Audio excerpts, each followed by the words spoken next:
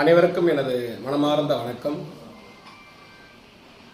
இந்த இயற்கை சீற்றம் மயிலாடுதுறை மாவட்டம், குறிப்பாக நம்மளுடைய மாவட்டம் என் தாய் வீடாக நினைக்கின்ற என்னுடைய மாவட்டத்தினுடைய தாய் தந்தைகளுக்கும் என்னுடைய உயிரின் மேலான மாணவ மாணவிகளுக்கும் நண்பர்களுக்கும் ஓட்டுநர்களுக்கும் விவசாய தாய் தந்தைகளுக்கும் பெருங்குடி மக்களுக்கும் அனைத்து பேருக்குமே இந்த என்னுடைய தாழ்மையான வேண்டுகோள். இந்த புயலானது வெள்ளமாகப்பட்டது மிக விரைவில் நம்ம மாவட்டத்துக்கு வந்து கொண்டிருக்கு. நேற்று இரவிலிருந்தே மழை பெய்து கொண்டிருக்கு. இன்னைக்கு காலையிலேருந்தும் நிற்கலை. அதனால் எங்கே பார்த்தாலும் நான் ஒரு 8 மாத காலமாக சுற்றுப்பயணத்தில் எல்லா வில்லேஜும் போயிட்டுருக்கேன். சில ஏரியாக்களில் கரண்ட்டு கம்பிகள் வீடை தொட்டுக்கிட்டே போகுது, தாழ்ந்து கிடக்கு. அதை சில கிராமத்தில் கேட்கும் போது சொல்லியும் சில பேர் அதை செய்யலை. அது 92 கீழையூரில் அது மாதிரி இருந்துச்சு. நானே நேராக போய் அந்த வயலில் இறங்கி பார்த்து ரொம்ப கொடுமை. அன்றைக்கி நைட்டு எல்லாமே ஒரு 100 வீட்டில் ரோட்டில் தான் படுத்திருந்தாங்க. பரவாயில்ல, அது அதிகாரிகிட்ட சொன்னோடனே உடனே நடவடிக்கை எடுத்து எஸ்டிமேட்டை போட்டு செஞ்சுக்கிட்டு இருக்காங்க. தந்தி மரங்களும் கீழே அரிச்சு போயிருக்கு. அந்த தந்தி மரம் இந்த மாதிரி காற்றுலலாம் உடனே விழுந்துடும். அதனால் நீங்கள் யாரும் கரண்டு கம்பி ஓரமாகவோ தந்தி மரம் ஓரமாகவோ மரமட்டைகள் ஓரமாகவோ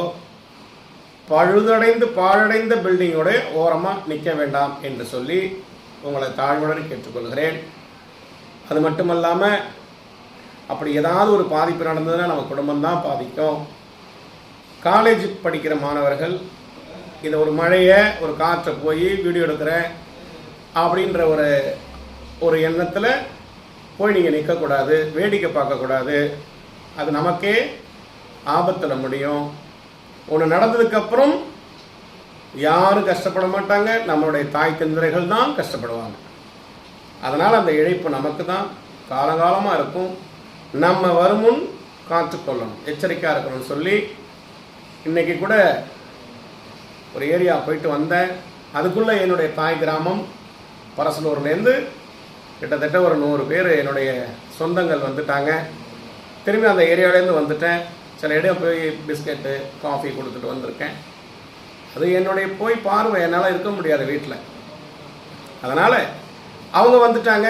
அவங்களுக்கு என்னால் முடிந்த இறைவன் எனக்கு கொடுத்த பிச்சை, அவங்களுக்கு அரிசி, பல விஷயங்கள் சொல்லி அவங்களுக்கு நலத்திட்டங்கள் செஞ்சு அனுப்பிச்சிருக்கேன். அனுப்பிச்சிட்டு தான் இதை உடனே உங்களுக்கு நான் சொல்கிறேன்.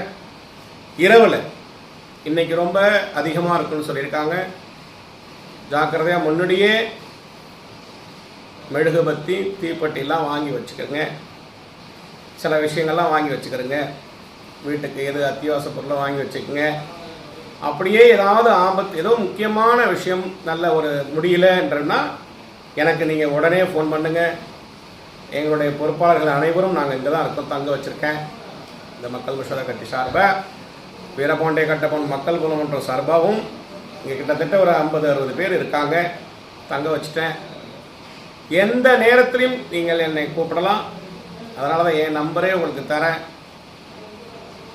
9489228888. இதில் நீங்கள் உடனே தொடர்பு கொண்டால் நான் உடனே எடுப்பேன். அடுத்த எவ்வளோ மணி நேரத்தில் நாங்கள் வருவோமே தெரியாது, நான் வருவேன், உதவி பண்ணுவேன். உதவி நான் இல்லை, இறைவன் மூலியமாக அந்த உதவி உங்களுக்கு நடக்கும். நீங்கள் விழிப்புணர்வாக இருந்து எச்சரிக்கையாக இருக்கும்.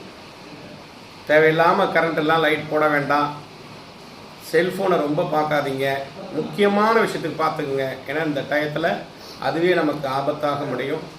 எது நன்மையாக நினைக்கிறீங்களோ அது நன்மையாக பழகின்படுற வரையும் தான் நமக்கு நன்மை. அது தீமையாக ஆகிடக்கூடாது. அதனால் குழந்தைகள், சின்ன குழந்தைகளாக மழையை வேடிக்கை பார்க்கணும் வெளில அனுப்பிடாதீங்க. எந்த நேரமும் எனக்கு கூப்பிடலாம். 2 மணி 3 மணி அப்படிலாம் கிடையவே கிடையாது. உங்கள் வீட்டுக்குள்ள நான் சேவை செய்கிறதுக்காகவே பிறந்திருக்கேன். அதுதான் உண்மை. அதை நான் சொல்லக்கூடாது.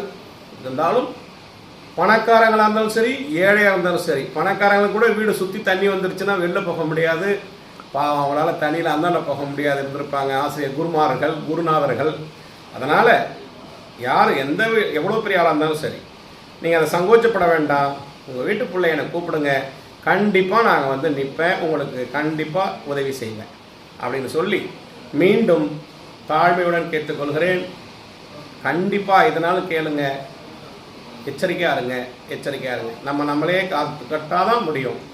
அதனால் யாரும் உங்களால் பயன்பெற்றவர்கள் உங்கள் அர்ஜென்ட்டுக்கு, உங்களுடைய எமர்ஜென்சி விஷயத்துக்கு வந்து நிற்க மாட்டார்கள். அதனால் நீங்கள் தான் பாதுகாத்துக்கணும் அப்படின்னு சொல்லி இறைவன் உங்களுக்கு இருப்பாருன்னு சொல்லி, ஏதோ இந்த மாவட்டத்தில் பிறந்ததுனால என் மாவட்டம் என் தாய் தந்தர் வீடு நினைக்காம என் மாவட்டம் தான் என் வீடாக நினைக்கிறேன்.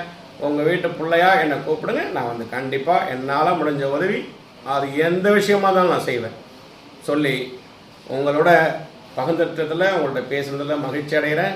எச்சரிக்கையாருங்கன்னு சொல்லி வேண்டி கேட்டுக்கொள்கிறேன். நன்றி, வணக்கம்.